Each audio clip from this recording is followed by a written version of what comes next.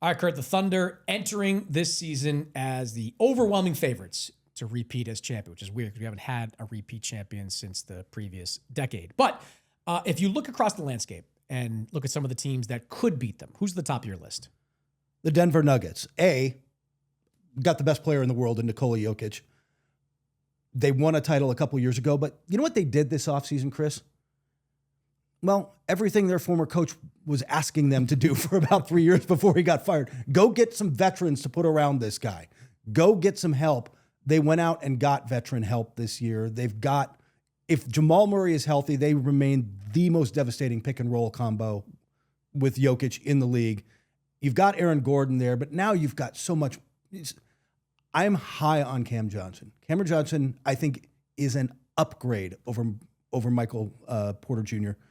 I think they're, just having Hardaway and having Bruce Brown back, just guys who can shoot the rock. I just think they're going to be in a much better spot. Yeah, I agree with you. I find that the disrespect thrown the Nuggets' way is kind of real right now. Our good friend Timmy Bontemps, Timmy Polls over at ESPN, he polled a bunch of executives and coaches, 20 of them, and 18 out of the 20 said that Oklahoma City was going to beat Denver in a conference final. This is a Denver team that, while it was ravaged by injury and had no depth, still pushed Oklahoma City to 7 games in the conference semifinals this past year. I love Denver's offseason too. Yeah. Bruce Brown has been kind of lost in the wilderness since Denver let him go a couple of years ago, but he's back. He knows how to play opposite Nikola Jokic. I think Tim Hardaway Jr. is a great fit alongside Nikola Jokic. I think he's going to be kind of a Contavious Caldwell-Pope type with this team. That's a Work good the nod. corners, shoot threes, be a versatile guy on that end of the floor. And Jokic, even though he didn't win MVP last year, he's still the best player in the league. Oh, yeah. He's still the best player on the floor in these types of situations. I think they did everything right, and I think they've got a great chance to unseat Oklahoma City in the Western Conference. The team that's on my list at or near the top is the LA Lakers. And look, like we talked about with the Nuggets, I like the Lakers' moves this offseason too. I think DeAndre Ayton gets them kind of the center that they needed. They needed a big man in the middle. He's a big upgrade over Jackson Hayes at that spot. I like the Marcus Smart addition. I think Marcus probably is like 75% of what he was in Boston when he was Defensive Player of the Year, but he's still a versatile guard that can guard bigger players better than he can guard smaller players right now. Jake LaRavia, you take a flyer on him, see what a solid pickup. See what he can do for them. And the biggest reason is that Luka Doncic owns the Thunder. Luka Doncic, look at the numbers for Luka Doncic against Oklahoma City with Dallas and with the Lakers. I was at the 2 back-to-back games at the end of last season that the Lakers played in Oklahoma City. 2 games in Oklahoma City. The Lakers won the first one, and Luka was dominant. And they probably would have won the second one until Luka got tossed for a bogus beef with the referee. If they can get Luka matched up against Oklahoma City, I love their chances to win a series like that. I am shocked to hear that Luka was beefing with a referee, but we'll come to that another. No, I'm with you. I think my question with them is defense, and it comes to this. They're asking a lot of DeAndre Ayton.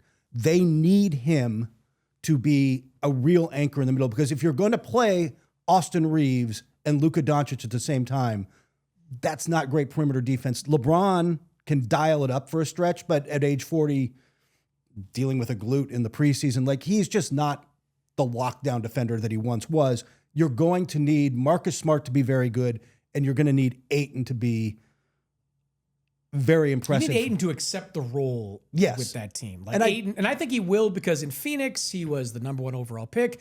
Portland, they traded for him. He expected to be the guy. Now he's going to the Lakers, and he knows the deal. Be a lob threat, block shots at the rim, set screens. He also knows he's playing for his next contract. Yeah.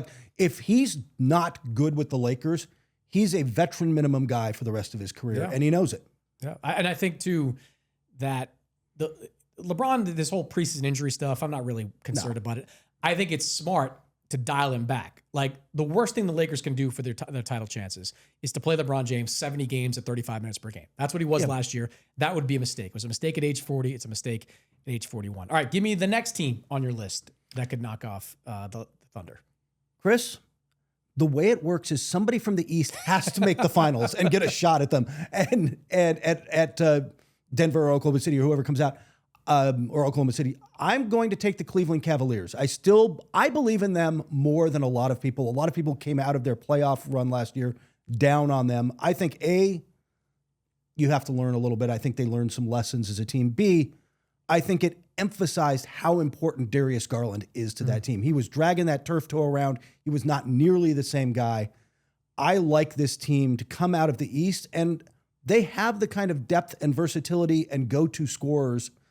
I'm asking Evan Mobley to step up his game one more level, but I think they're there. I think they're the best team in the East, and I think they can push whoever comes out of the West. Yeah, I'm not optimistic about the Cavs' chances there because, like, everything Cleveland does, Oklahoma City does better. Like, Cleveland's got a great lead guard. Oklahoma City's is better.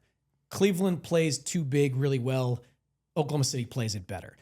Cleveland really has no answer to Jalen Williams. And the depth is something they had last year. Do they have the same depth this year? Like, Max Strus is currently out and limping through media day. When's he going to come back? And how's he going to look in that uniform? I agree with Garland. Like, Garland is a healthy Garland's a necessity for that team. Yes. I think he and Mitchell, their chemistry in that backcourt offensively is excellent. I think Oklahoma City is just a souped up version of Cleveland. That's kind of my view on them.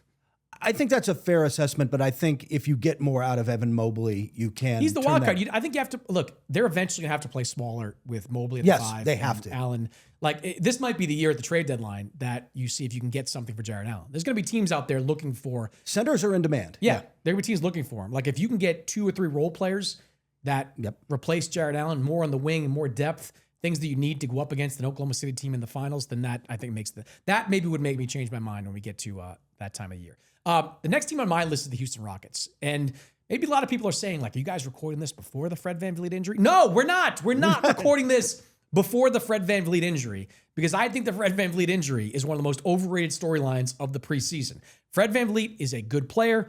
Fred VanVleet is a great guy. Fred VanVleet is a leader in that Rockets locker room, has been for the last couple of years. And they need that since they moved a couple of leaders, Dylan Brooks and Jalen Green, in the offseason. But on the court, Fred VanVleet was a 37% shooter, not three-point shooter, a field goal percentage shooter from the floor last season. I think moving Amen Thompson is going to work. I think Reed Shepherd is going to be better. I think that backcourt rotation has a much higher ceiling than what you would get with Fred VanVleet playing 35 minutes per game. I love the Rockets' chances, and they obviously addressed the biggest need they had, half-court scoring. They were terrible in isolation. They get one of the best isolation players in the game. They were bad at generating half-court offense in the playoffs. They've got a guy that has been a finals MVP. They nailed it with the Kevin Durant trade, and I think they're going to be just fine at that point guard spot. I think you're right about the half-court offense and Kevin Durant. He is a walking half-court offense that just makes you good instantly. My concern with the Fred VanVleet loss is, all right, he didn't shoot well last year, but where does the shooting come from? You've got Durant. You're asking Reed Shepherd. That Durant guy's pretty good, but you're going to need more. You're going to need Reed Shepherd to step up. You're going to need some other guys to show that they can stretch the floor a little bit. So you just can't compact the paint against them. That said, they defend well.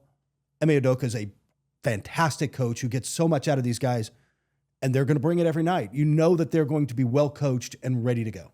Yeah, and I think the Durant, somebody in Houston said to me recently when I was down there that you saw what Durant was when he was basically unmotivated, when he had nothing to play for in Phoenix. Still an all-star, 27 points, shot 43% from 3 last year. That's the best he's had in a full season. What's Durant going to look like motivated? In a place he wants to be, for a coach he wants to play for, in a situation that is set up for him to be a difference maker on that team. And he doesn't have to carry the load. Nope. No, they've got, you can throw that ball to Amen Thompson. They've got plenty of other guys who can create. Amen Thompson, everybody's focused on his shooting. That guy can get to the rim, man. He can get to the rim. Sengun is coming off that great Eurobasket performance. They've got guys that can get them buckets on the perimeter. I love that fit in Houston. All right, last one. Give me your last team that you think can knock off the Oklahoma City Thunder. I never feel like I can ignore the Golden State Warriors. At the end of the day, Steph Curry and Draymond Green are legendary. Jimmy Butler, look, they're going to get through the regular season and be wherever they're going to be. But Steph Curry's gravity in the playoff Jimmy, if they're healthy, this team doesn't have much margin for error, but if you can get Draymond and them through to the playoffs, I like that team. They're dangerous. I'm not totally sold that they can beat Oklahoma City, but I think they're a threat. Yeah.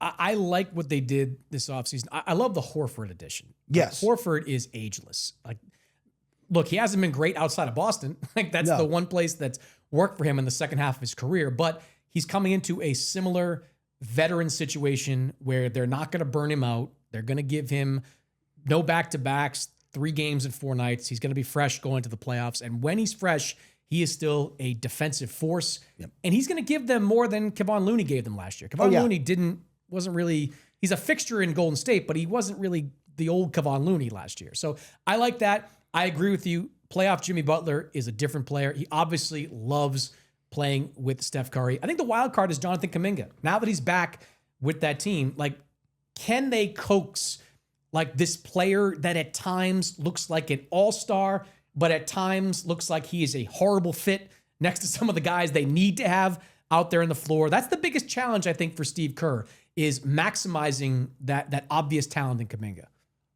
I think the better question is, what do they end up trading Jonathan Kuminga for at the deadline, and how does that fit in? Because I will be surprised if he's there after the All-Star break.